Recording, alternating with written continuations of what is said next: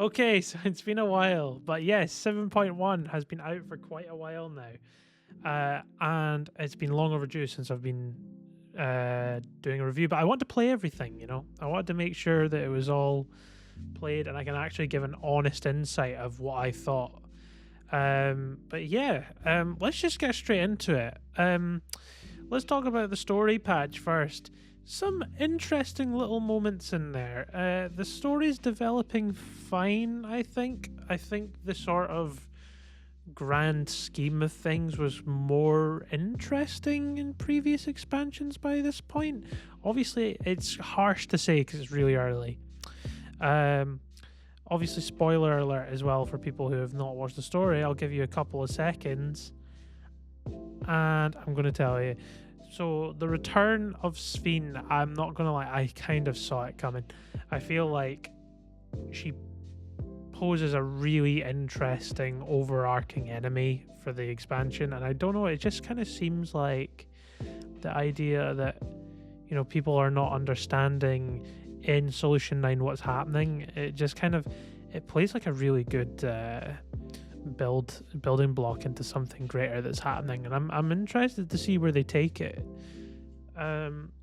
With that, it's also the discussion of the sort of usual first big patch after the release quests, where you're kind of more exploring the other zones and doing quests in these areas, understanding why it's relevant, and building the train so we can get more tourists. It's an interesting little vibe. But yeah, I think I don't know. I'm not going to be too harsh. It's just a little hit and miss.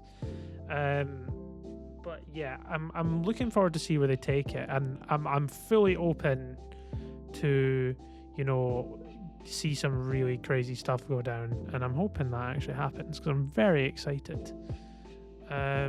But yeah, going along with that, we've obviously got the Alliance raid. That's arguably one of the most phenomenal bits that have come out of this patch. I'm not going to try and butcher the name, but Echoes of Vanadil. Really, really good. To be honest, I think when I first played it, there'll be some gameplay on the screen.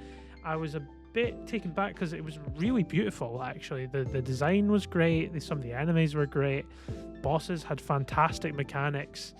Usually, you'd go into these and you'd be like, okay, so it's usually the 10 usual mechanics in an Alliance raid, and then you go from there with the odd unique one. But there's a lot of unique elements in these fights, and I think that makes it super interesting.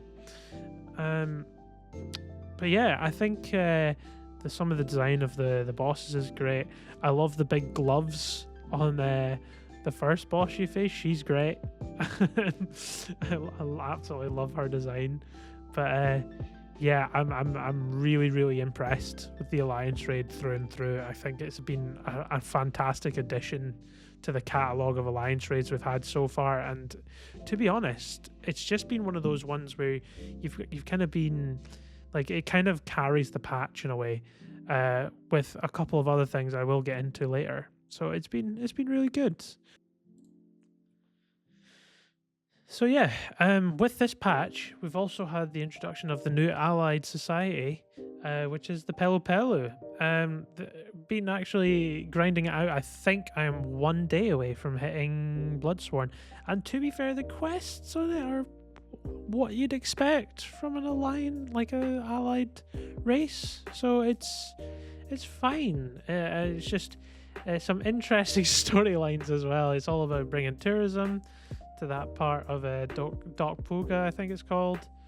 And yeah, it's just a bit of lighthearted fun. It brings that sort of unique fun element to the game, and there's some good items you can actually get. You get a cool backpack, I think it is. You get a nice mount, which is like a big seal looking thing. That's great. And I think you get a few orchestrion rolls as well. Yeah, it's not been too bad. I mean, I'm having fun with it. So yeah, I just guess I've not really got much to say on it because I've been grinding it, and it's just the general same few quests with the odd like, oh yeah, go here, kill something. but that's kind of what I like. It's just simple. It's more, I would say it's more engaging than something WoW would make you do for a reputation anyway, because sometimes that is, for lack of a better word, a slog. Coming on to some other things, I would say the interesting thing I've seen as well is the introduction of the housing as well. The housing has got an upgrade, so you can kind of choose, you can remodel your interior now and choose a sort of interior style for when you're designing your home. Now, this is where I kind of admit I don't own my own property in Final Fantasy, mainly because of server limitations. The server I'm on is crazy busy with houses, and I don't want to buy a small plot. I want to buy a medium or a large. But kind of exploring the details from what I can see, in sort of homes that my friends have and I'm a tenant of. It's quite interesting to see some of the stuff you could do. You can have different styles, and I kind of like the idea of, because a lot of people were doing a lot of crazy glitching and things to kind of get that minimalist style going, and you see that a lot, but it's probably going to be a lot easier, and you can probably do a lot more with your house now. So that's really interesting. So it's been interesting to kind of explore the housing and see what's been going on. Also, I feel like I forgot to mention the dungeon. The dungeon's so difficult. It's so fun though. I'm not going to try and pronounce the name. It's the Field Station dungeon. Actually, a lot of fun. Some really interesting gear from it as well. Some of the stuff looks amazing. But I thought that, the dungeons are getting harder, and I'm absolutely here for it because I'm a terrible player myself. So having the sort of difficulties of playing that sort of difficult dungeon is always a good challenge to have. And the final boss was always very interesting to see how Pictomancers fare, because it's actually particularly difficult for them. So yeah, it's been a lot of fun watching that go down. With that, there's obviously the Sven's Burden of the Minstrel's Ballad trial. I've actually not played that, nor the Ultimate Raid, but taking feedback from videos and reading up on it, it seems like they're very engaging fights to take part in. I will probably stream me doing the harder content, actually. So if you guys are interested for that, you should let me know. And probably one last point I wanted to mention was the Mahjong update.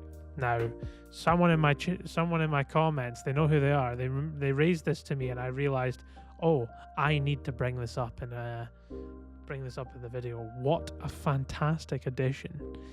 If you wanted your Mahjong to be more engaging, now you've got commentators. That's been long awaited. I'm so happy they've done that. I'm joking. I had no idea they were going to do it. It's absolutely phenomenal though, and I've actually ended up taking up Mahjong in Final Fantasy because of it. So there you go. It works in the end. But yeah, sorry the video's taking so long to come out. It's just kind of been life in the way. But yeah, I'm also playing other games at the moment as well. So if you guys are up to see other games, give me a shout out and I'll let you know. So yeah, I think if I was to rate this patch out of 10, I would probably give it maybe a 9, because there's a lot of content to do, but the only thing that lets us down is that the story isn't really developing the way that we expected to, and it's kind of been a bit of a rough situation to wait on. And I have full trust in the team to bring a great story to us, and I think a lot of the criticism is, sort of misplaced. I think we should owe them some trust. So yeah, hopefully we come up with a great story, and I'm looking forward to seeing what they do with it. But yeah, thank you so much for watching, guys, and expect more content coming out over the next few weeks, because I am back and I've been due to make some videos for a while. Enjoy the rest of your day and see you later. Bye bye.